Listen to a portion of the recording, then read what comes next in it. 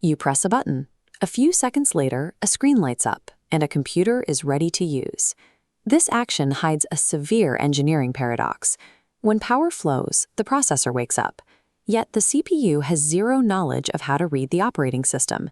It requires instructions trapped inside the very software it cannot read.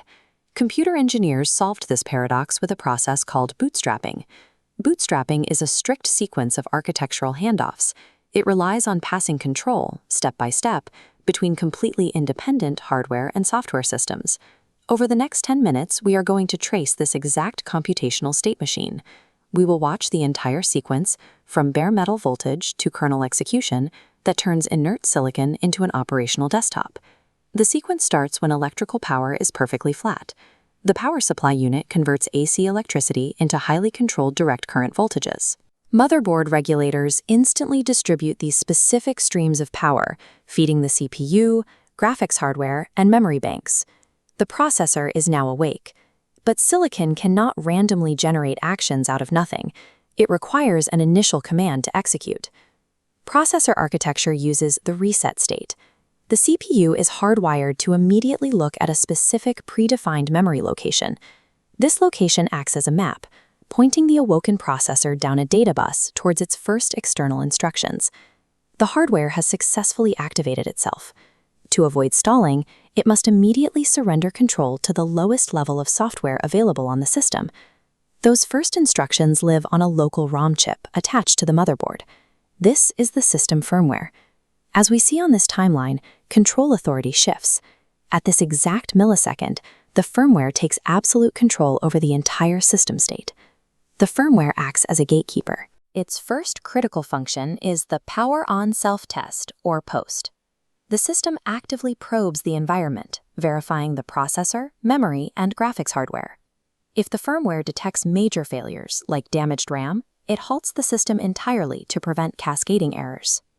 Before monitors could initialize fast enough to display text, early legacy computers relied on audio patterns, POST beep codes, to diagnose these initial hardware failures. The POST enforces a strict rule of systems architecture. The physical hardware must be structurally verified before complex high-level code is ever permitted to execute. Once the POST verifies the hardware is intact, the firmware begins the active initialization phase. System memory is the absolute highest priority. The firmware configures the physical capacity, sets the exact operating speed, and synchronizes the timing cycles. This step is non-negotiable. Without fully initialized RAM, the operating system literally has nowhere to unpack its files. With a stable memory environment prepared, the firmware pivots. It searches the motherboard's storage controllers, checking USB ports, NVMe slots, and SATA connections. It probes these physical storage devices, scanning the disks for specific bootable sectors containing the next required instructions. It performs this search using the bootloader, a prioritized, numbered list saved in firmware settings, telling the system which device to check first. The firmware has successfully tested the hardware, configured the memory, and located a valid drive. Its final job is to find the next set of instructions and surrender its authority. There is a common misconception here. The firmware does not directly load the operating system. Instead, the firmware passes control to a small, specialized intermediary program located on the storage drive called the bootloader. The bootloader serves a single crucial function. It reaches into the mass storage drive, extracts the OS kernel, and injects that code directly into the freshly initialized RAM. The kernel is the undisputed core manager of the entire operating system. Control is handed to the kernel, marking the final shift in system authority.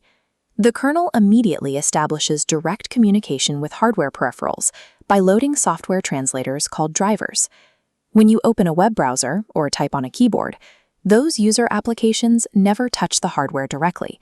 They must always ask the kernel to negotiate the action via these drivers. Background services spin up. The graphical user interface finally renders on the screen, completely abstracting the complex hardware architecture away from the user. The handoff is complete. The system has successfully resolved the dependency chain, establishing a stable, managed software environment. Looking at this complete timeline clarifies the strict dependency chain of the boot process. Hardware leads to firmware, which finds the bootloader, which loads the kernel. Systems engineers rely on this exact mental model of state changes to rapidly diagnose computer failures. If a computer powers on but fails with a black screen and beep codes, the engineer knows the chain broke early. The handoff between the bare metal and the firmware was severed during the post. If the screen successfully turns on but displays no boot device found, the post succeeded. The hardware works perfectly, but the chain broke at the bootloader handoff. Even in massive cloud computing environments using virtual machines, the fundamental logic of allocating memory, passing control to a bootloader, and loading a kernel remains completely identical. Every press of the power button initiates the state machine to resolve the bootstrapping paradox in a matter of seconds.